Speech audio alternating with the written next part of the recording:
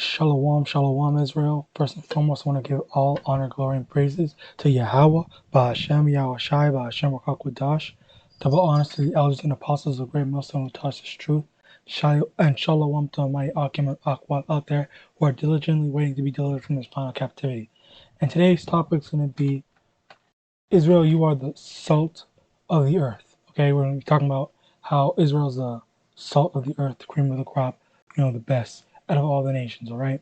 So, firstly, Matthew chapter 5, verse 13. Ye are the salt of the earth, but if the salt have lost his savor, wherewith shall it be salted?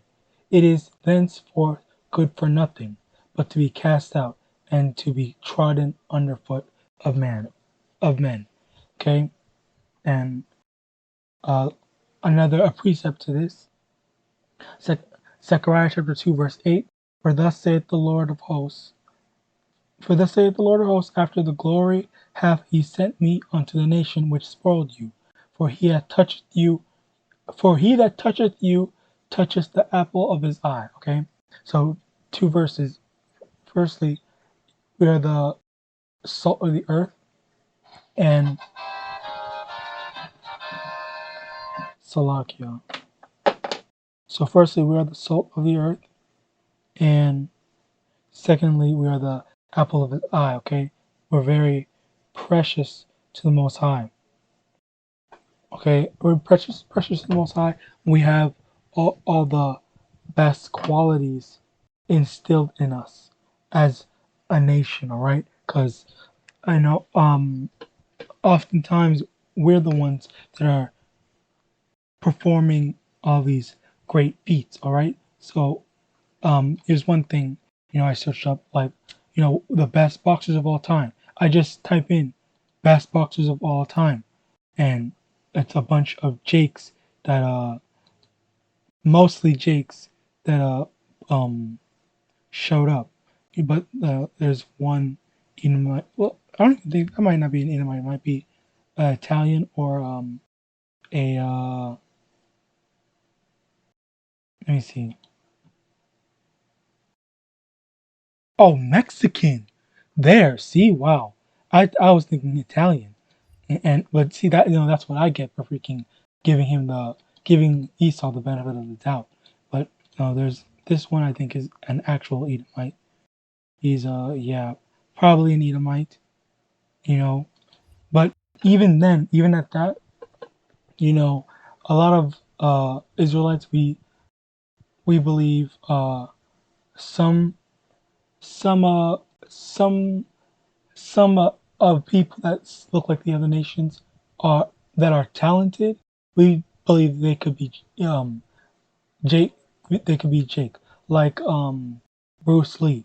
I forgot which brother, but it was a brother in GMS who believes that Bruce Lee is an Israelite because just I don't want to say talent, but like I guess the talent and the potential and the capability, the I guess high skill ceiling that he has, just goes to show like only an Israelite can be that talented. Another example, Michael Jackson. You know, where is he?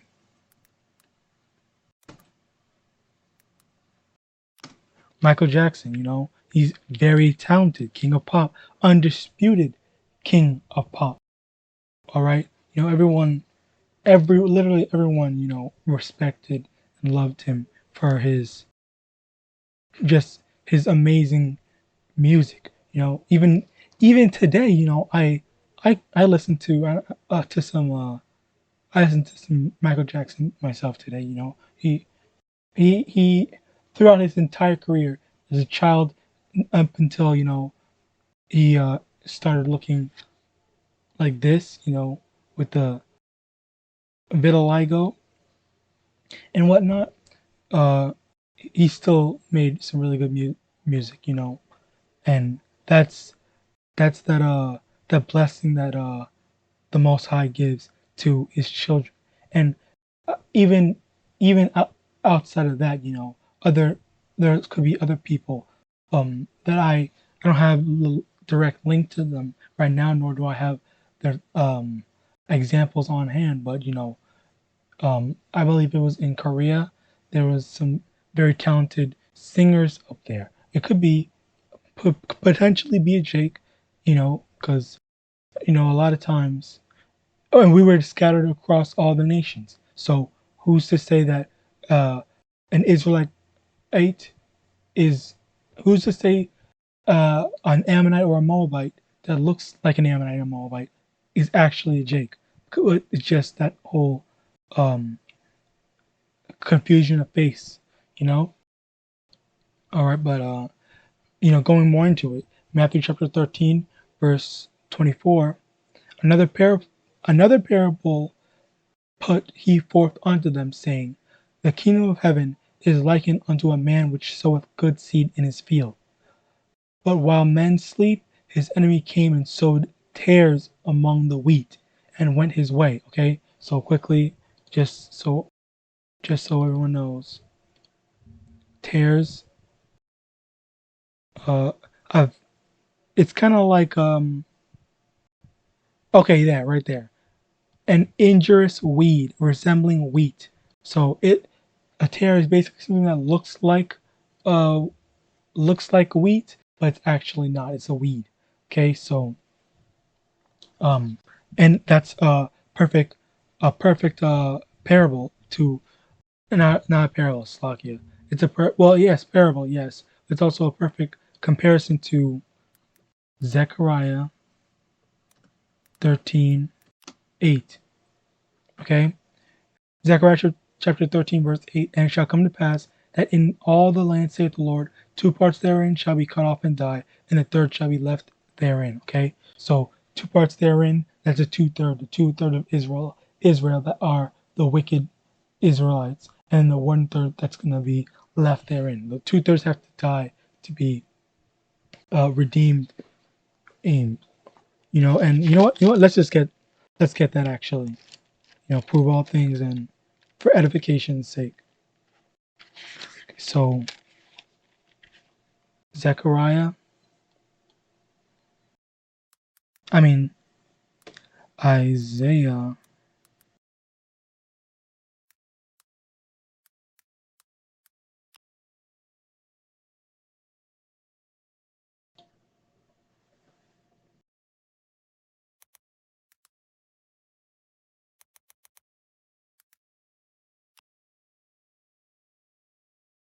All right, Isaiah chapter 22, verse 14.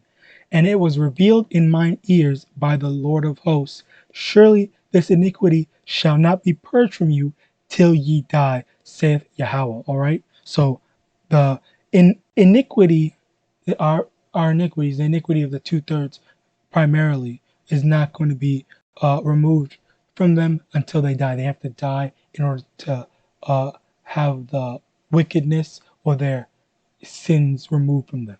All right.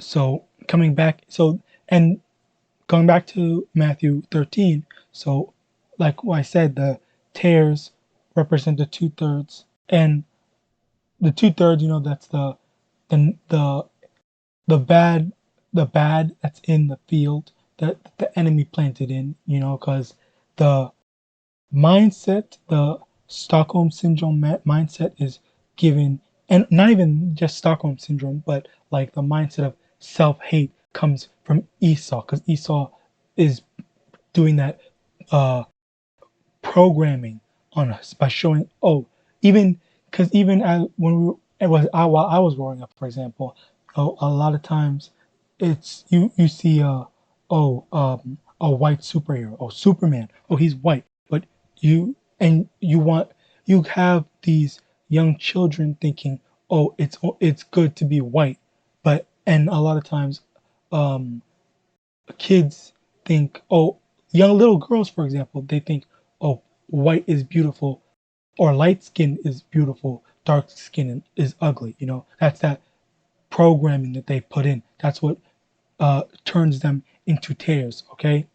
Or that's how the tares are sown, all right? and that's among the wheat. And continuing on, verse 26. But when the blades was sprung up and brought forth fruit, then appeared the tares also. So uh, when you read, when while growing during this time, you know, um, in today's time, you know, the end times, so to speak, as the parable compares, um, we see that, okay, so there's some brothers, you know, preaching this truth, and then there's the wicked two-thirds who are just, you know, being antagonistic and just um foolish and does not want to listen.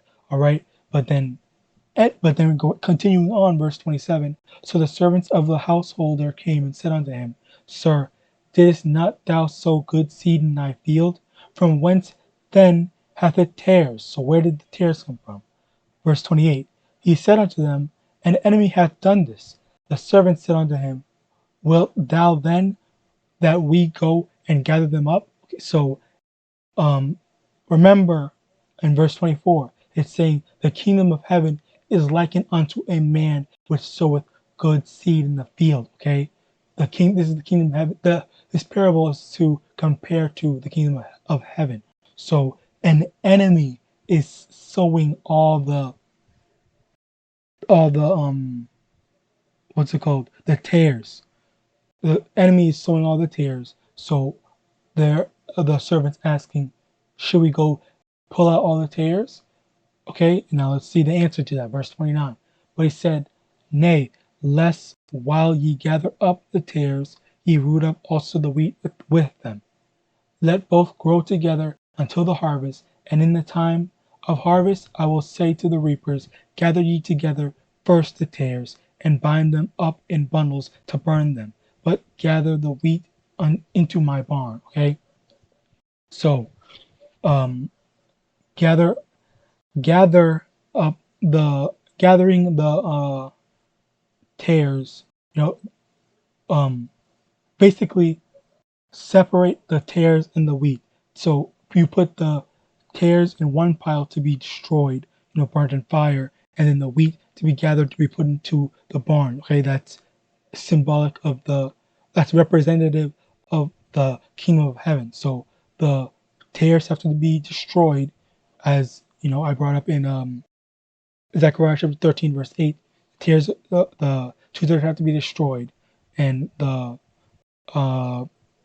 the wheat will be preserved. Okay, so so that just goes to show, like, even even even among Israel. So first we established that Israel is the cream of the crop, the best of all the people. Okay, even with that, only you're even more special to be one third of Israel, the one third of Israel that's chosen by the Most High to be preserved during the destruction. All right, so so let's expand that again. There's all the people in the world. Then there's only the Israelites, the cream of the crop, the people that can do amazing things.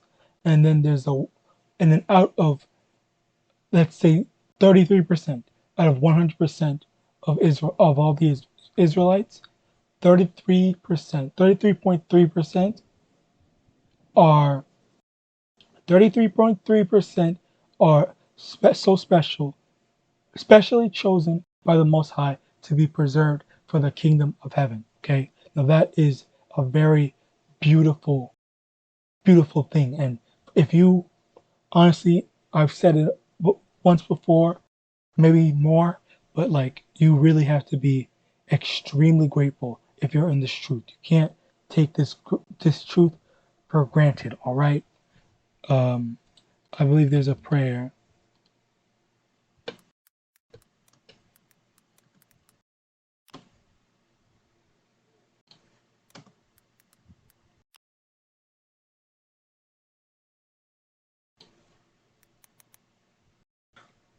Like, Psalm chapter 51, verse 11.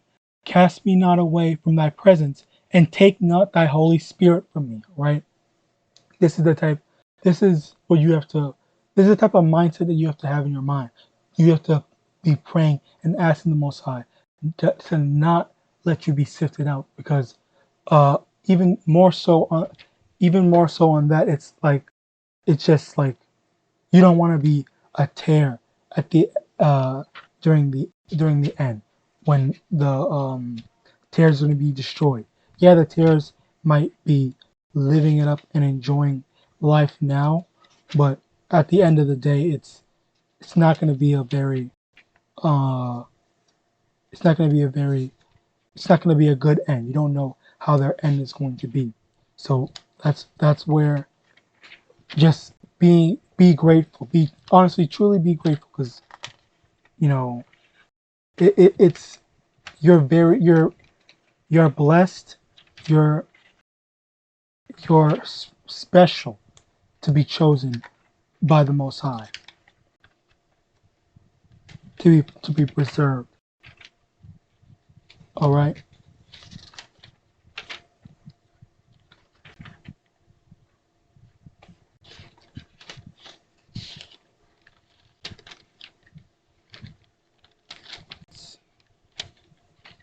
Saki, I'm gonna trying to see if I have some.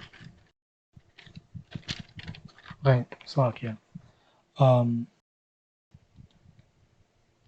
Jeremiah chapter 24. You know, the whole chapter. I'm gonna be reading. Skimming through the whole chapter. So Jeremiah chapter 20, Jeremiah chapter 24 from the top. The Most High showed me, and behold, two baskets of figs were set before the temple of the Most High. After that, Slakia, I don't know my mouth. Nebuchadrezzar, king of Babylon, had carried away captive Jeconiah, the son of Jehoiakim, king of Judah, and the princes of Judah with the carpenters and smiths from Jerusalem, and had brought them to Babylon.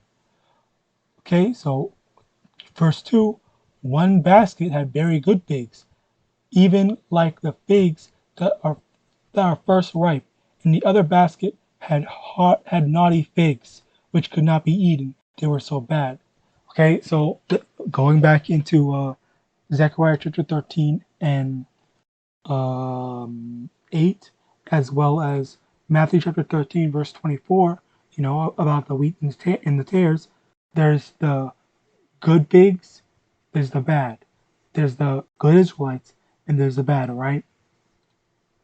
Verse 3, then said the Most High unto me, what seest thou, Jeremiah? And I said, figs, the good figs, very good, and the evil, very evil. That cannot be eaten, they are so evil. Again the word of the Most High came unto me, saying, thus saith the Lord, the power of Israel, like these good figs, so will I acknowledge them that are carried away captive of Judah, whom I have sent out of this place into the land of the Chaldeans for their good. The good figs, being the 1/3, or so to speak.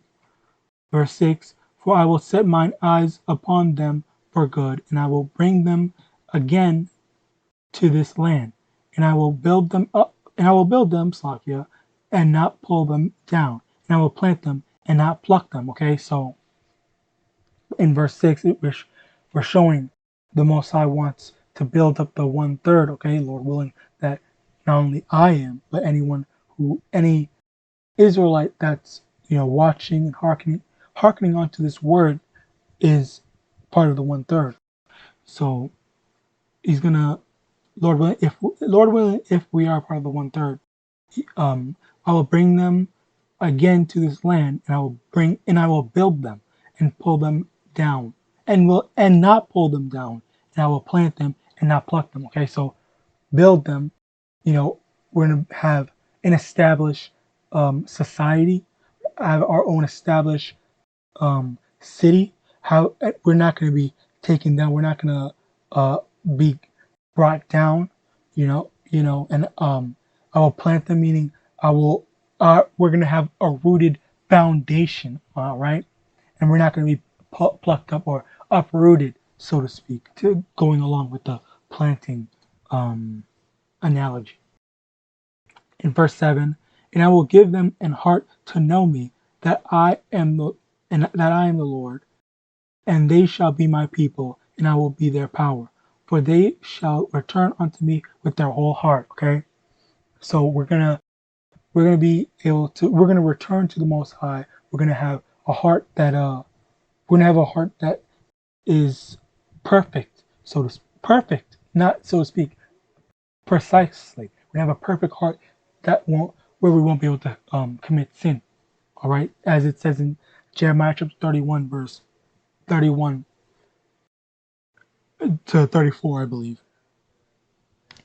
Verse 8, and as the evil figs which cannot be eaten, they are so evil. Surely thus saith the Most High, so will I give Zedekiah the king of Judah and his princes, and the residue of Jerusalem that remain in this land, and them that dwell in the land of Egypt. And I will deliver them to be removed into all the kingdoms of the earth for their hurt,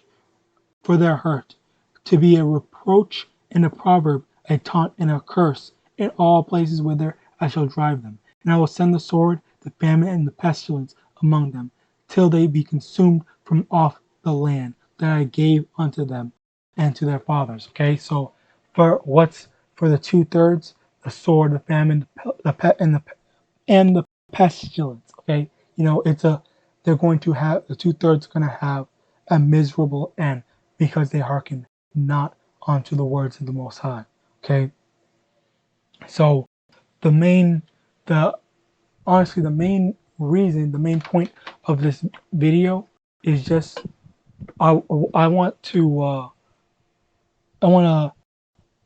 give the 1/3 reassurance in this to the spirit that what you're going through right now, it's not for nothing. It's not for nothing. It's not a there's a pot of gold at the end of the rainbow, I guess.